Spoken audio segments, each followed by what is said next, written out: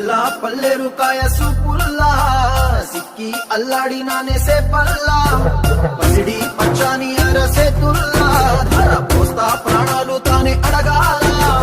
Sita కోకల్ల